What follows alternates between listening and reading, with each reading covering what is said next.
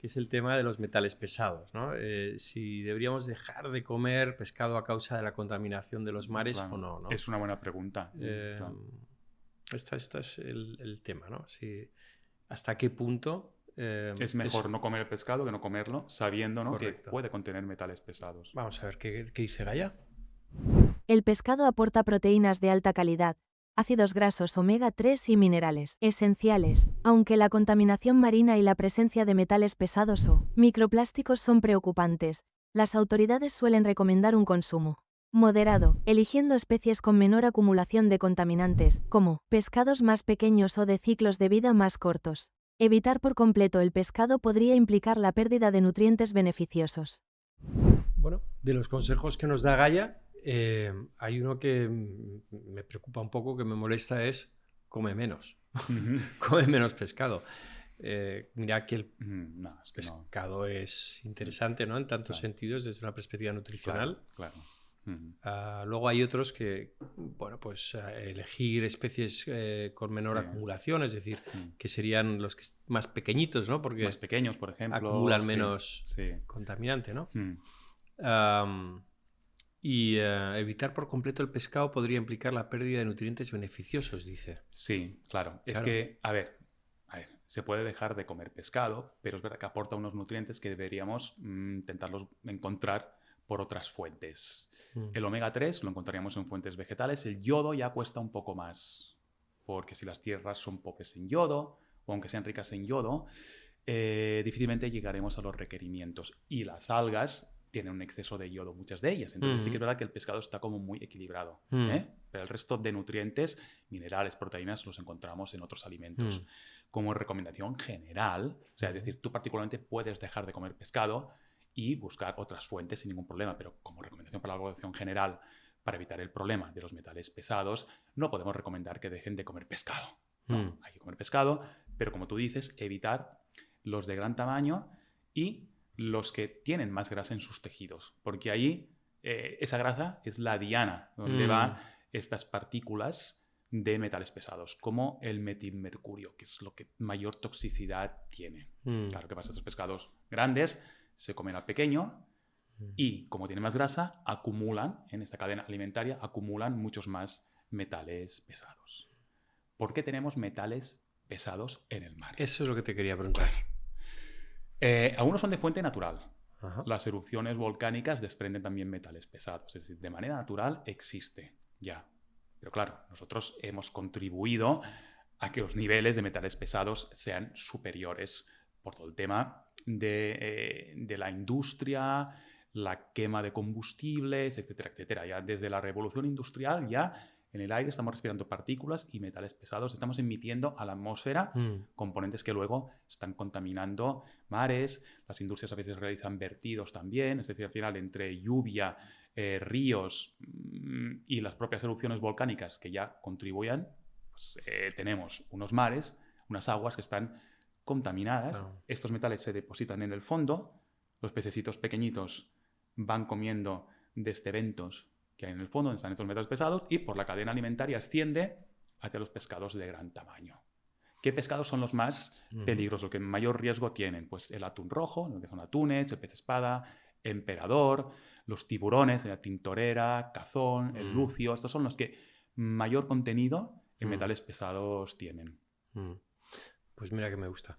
El atún. Sí, a mí el atún me gusta también bastante, sí. Pero hay que ingerirlo con moderación, Claro. Bueno, a riesgo de parecer tonto o simplista, claro, son pesados. Y como son pesados, van al fondo. Van al fondo, sí, claro. Al final Tan bobo peso como eso, ¿no? atómico, es decir, claro. El peso atómico es elevado y van al fondo. Y el hecho de estar en el fondo hace que...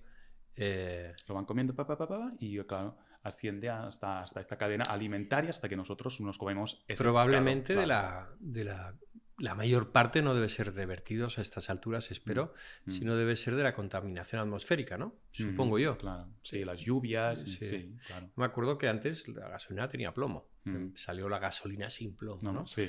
Pero imagínate la cantidad de plomo que debemos haber desprendido y seguiremos desprendiendo de otras formas, seguro, ¿no? Muchos vegetales absorben plomo, absorben también metales pesados, especialmente vegetales que están plantados cerca de carreteras, autovías, autopistas, habría que... Bueno, se analiza, pero las personas que tienen cultivos particulares suyos, que no están sometidos a análisis porque no los están comercializando, habría que ver las cantidades de metales pesados que tienen los vegetales. Absorben también metales pesados. Y lo que te doy un ejemplo.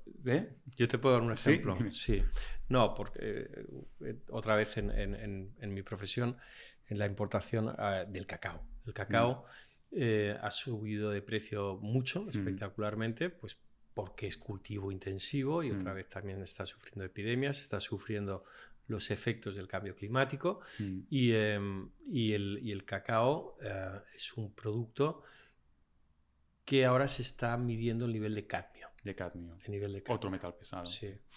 Los niveles de cadmio autorizados dentro del cultivo convencional son mucho mayores a los que se admite dentro de lo que es cultivo ecológico, si no me equivoco son 60 miligramos por cada 100 gramos. Bueno, por ahí ronda. Por ahí sí, ronda. Pero realmente hay distintos precios en base a la cantidad de cadmio que tiene el cacao. Es una característica, es decir, si un cacao no puede ser vendido como ecológico, más contaminado, es más barato, ¿no? Exacto. Claro. O sea, no es solo un tema de pescado. Pero bueno, sí.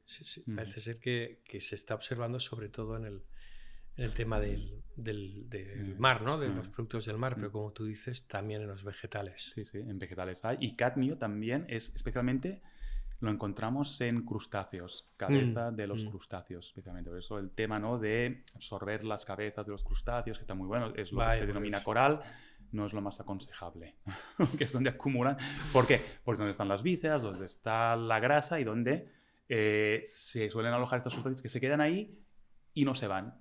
Antes hablábamos del DDT, ¿no? Por ejemplo, que era un veneno, ¿no? ¿Dónde está alojado? En la grasa, en las partículas de grasa de las células, ahí, ¿no? Las sustancias liposolubles son muy difíciles de eliminar, se quedan en nuestro cuerpo, se unen a la grasa, es difícil eliminarlas. Las sustancias que son de naturaleza más hidrosoluble se disuelven en agua y el cuerpo es más fácil que las pueda reconducir y eliminar.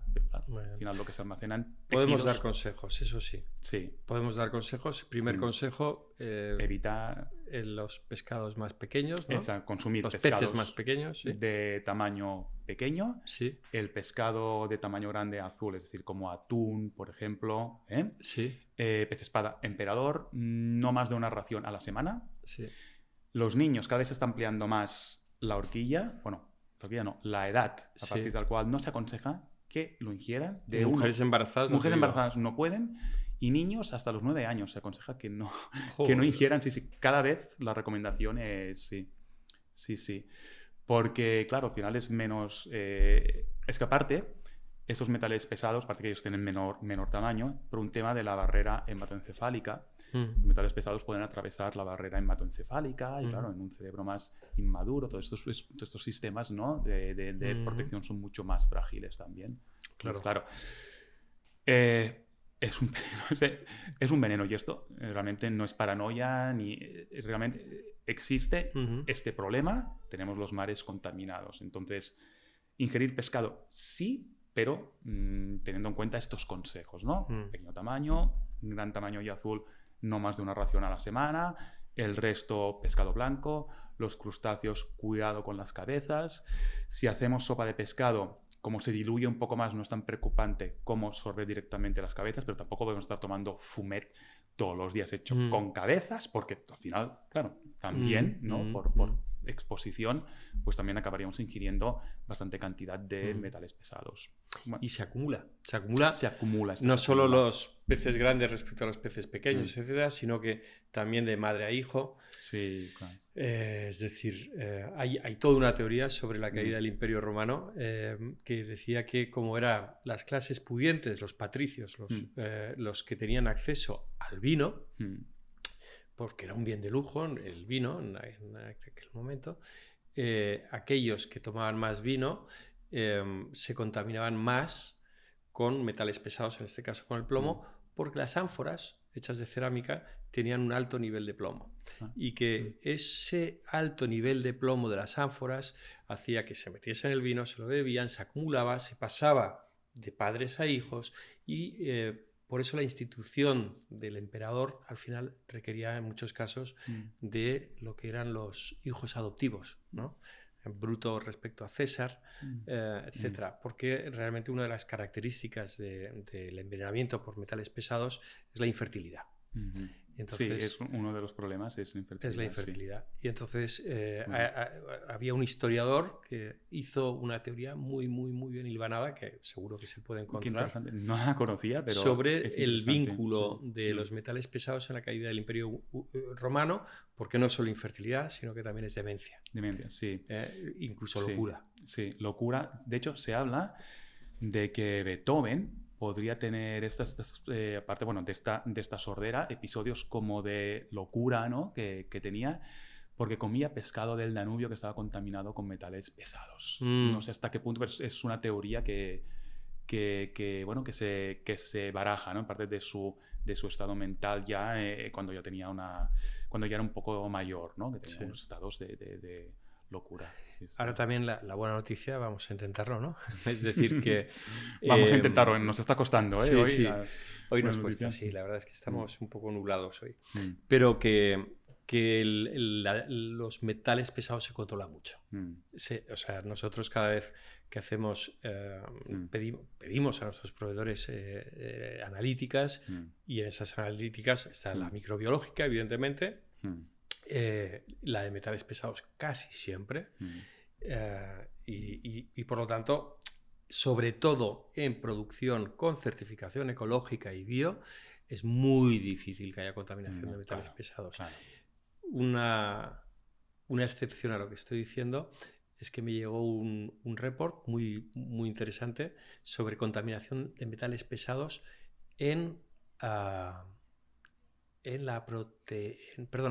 proteínas, proteína whey y proteínas de origen vegetal para el mercado de la nutrición deportiva. Y una vez más, el nivel que había de metales pesados en productos de Estados Unidos, fabricados o vendidos en el mercado estadounidense, era alarmantemente alto. Quiere decir que está por encima de los niveles permitidos. Y encima estamos hablando de un producto que se toma de forma intensiva, es decir, la persona que está musculando toma grandes cantidades de esto, ¿no?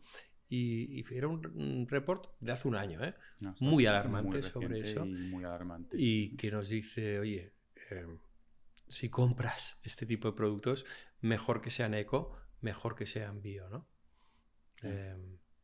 Así que podemos hacer cosas, sería un poco la conclusión, ¿no, Roger?